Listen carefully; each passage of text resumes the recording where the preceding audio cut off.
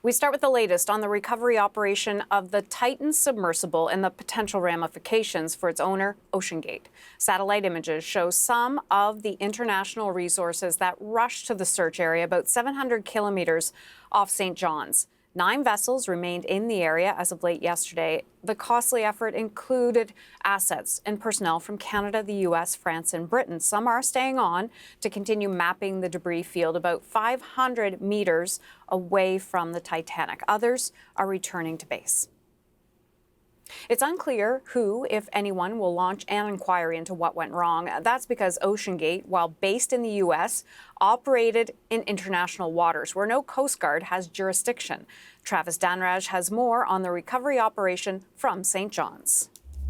The hull of the Titan basically was strewn into 2 major debris fields. Now, they did find 5 major parts of that hull, including the nose section and also the back section. I want to show you some exclusive photos that CBC News has just obtained of the Titan on Sunday being towed out of St. John's Harbor. That's, of course, when it left here to go to the North Atlantic, to go to the site where the Titanic was, and then go explore that area with those 5 passengers on board. Certainly, there are a lot of questions right now when it comes to the timeline of when this catastrophic event happened. U.S. media reporting that Navy sources are saying that their underwater sonar detected some kind of implosion, likely on Sunday. So that would have been during that descent or when the vessel was trying to come up, because there are different theories now as to whether or not that catastrophic event happened while it was going down or when it was trying to come back up. So certainly, as I said, a lot of questions right now, a lot of the military assets coming back to port, those military aircraft going back to their bases as well. But there will be some assets that still stay out and try to get some more of that wreckage for the investigation. The company is facing a lot of criticism right now for this mission, and OceanGate faced a lot of criticism for the construction of Titan and for what, a lot of industry experts said was experimental construction for years now. Back to 2018, when a lot of industry experts put out a letter specifically to Stockton Rush saying that they were concerned that there could be some sort of minor event or catastrophic event here as well. Now, there, as I said, are a number of theories when it comes to exactly what happened. James Cameron, who directed the famous movie Titanic, he talked a little to Anderson Cooper last night about what he thinks happened. The only way for the ship to know that they had dropped their ascent weights, which would be an emergency abort, is if they had called that in, that they were ascending. So I believe now that they had some warning, that they heard some acoustic signature of the hull beginning to delaminate. I actually believe they heard it with their ears, not through the sensor system, in the last moments of their lives, and that's quite a horrifying prospect. So that part of a wide-ranging interview that the director did with CNN's Anderson Cooper last night. Cooper is here in St. John's, and I talked to him about the chill that this has possibly put on deep-sea exploration and that conversation that he had with James Cameron as well. Here's what he said.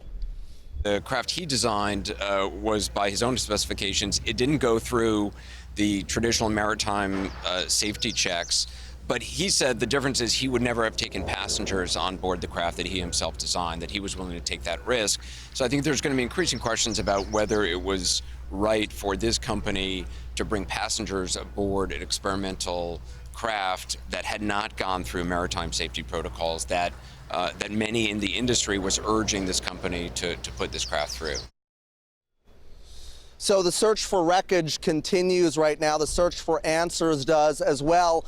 Likely when it comes to the bodies, though, the family will not have closure on that because, there are many reports that the bodies will likely never be found because of the conditions of that catastrophic event, because of the depths that they were in as well. But certainly, this investigation, it will likely take months, even years, before we get answers, and there may not be answers to a lot of these major questions that are outstanding. That's CBC's Travis Danraj in St. John's. There are still so many questions about what happened to the Titan submersible and its safety record and how it was allowed to take passengers to the ocean floor. So for more on that, I want to bring in Sal Mercogliano. He is a maritime historian at Campbell University in North Carolina. Welcome to the program, sir. Thank you for having me. So just maybe explain to viewers how the Titan was different. It's funny, I get so many different questions from people saying, well, other people have gone down in submersibles. Most submersibles that operate in the deep area are largely spherical objects built out of one material, steel, titanium. The difference with Titan was it was built out of two different materials, and it wasn't a sphere, but actually more like a cone or a tube shaped. The end caps were made of titanium, but the center hull, the round tube part where the passengers rode, was out of this carbon fiber material. And you have to join those two materials together. And the different shape, and because of the composite material, is what made this such an experimental craft. Then why use different materials if the other materials had worked in the past?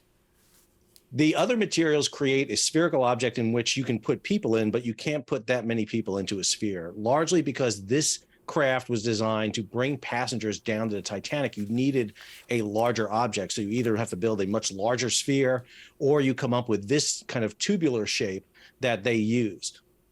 So it had gone down to the Titanic in the past. So this is what happened this time. Why this massive tragedy? Well, this is where the issue comes up about classification of this craft. The craft has been used since 2021. This is their third season in operation. And what a classification society does, it's a third-party entity that inspects your craft to ensure that the integrity and all the machinery is maintaining. They have kind of a schedule that's in place for hull monitoring.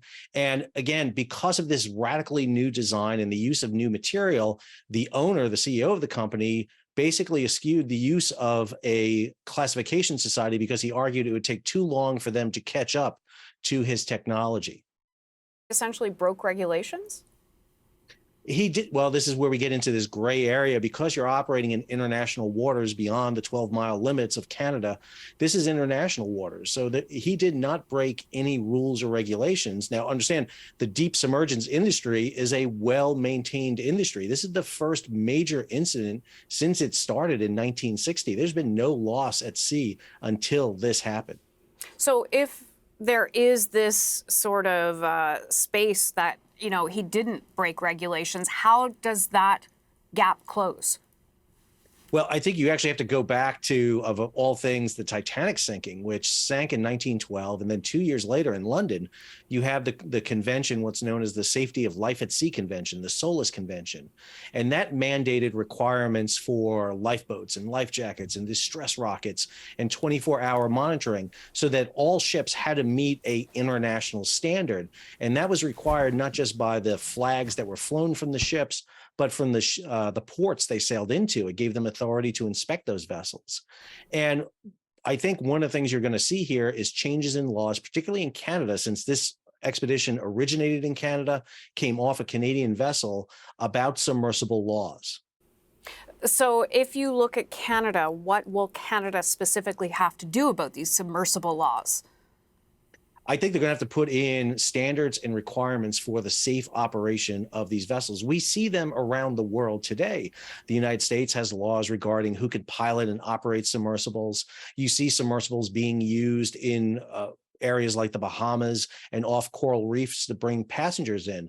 But this was a very unique environment and a very unhospitable environment where any danger, any kind of flaw in this craft could result in the loss of it. And I think Canada's going to have to relook at what laws it has on the books regarding submersible expeditions that originate and end back in their ports. Do you know much about Canada's laws on submersibles? I'm sorry, I don't. Canada is very light on maritime laws in general because of the fact that there's not many ships that are currently registered in Canada. And so this is an area that's really going to need to be looked at. This industry, again, has been a very well self-regulated industry by establishing classification societies. And one of the reasons why classification societies are largely used has to do with insurance. And so I have a really big question about who insured this expedition for the liabilities that could have incurred with a loss like this. So I'm just trying to clarify some things here because it's quite fascinating. Do you feel that they launched from Canada because maybe our laws are light, as you say? No, I think the expedition stemmed from Canada because of its location close to the wreck site. But I do think that there were a kind of a void here in the use of such vessels. And again, you don't see the use. I mean, no one is really taking passengers down to to 4,000 meters. It's just a very unique nature that is Titanic. And I think we're really finding ourselves where we were in the beginning of the aviation industry, where corporations, governments, and very rich people were able to use aviation. Today, we think nothing about getting on an airplane and flying at 40,000 feet. I think we're going to be at a point in the submersible industry where people will go on a submersible, go down 14,000 feet without thinking. We're just not there yet. Fascinating. Sal Mercogliano, thank you for your insights. Very fascinating. Thank you for having me. Sal Mercogliano is a maritime historian at Campbell University.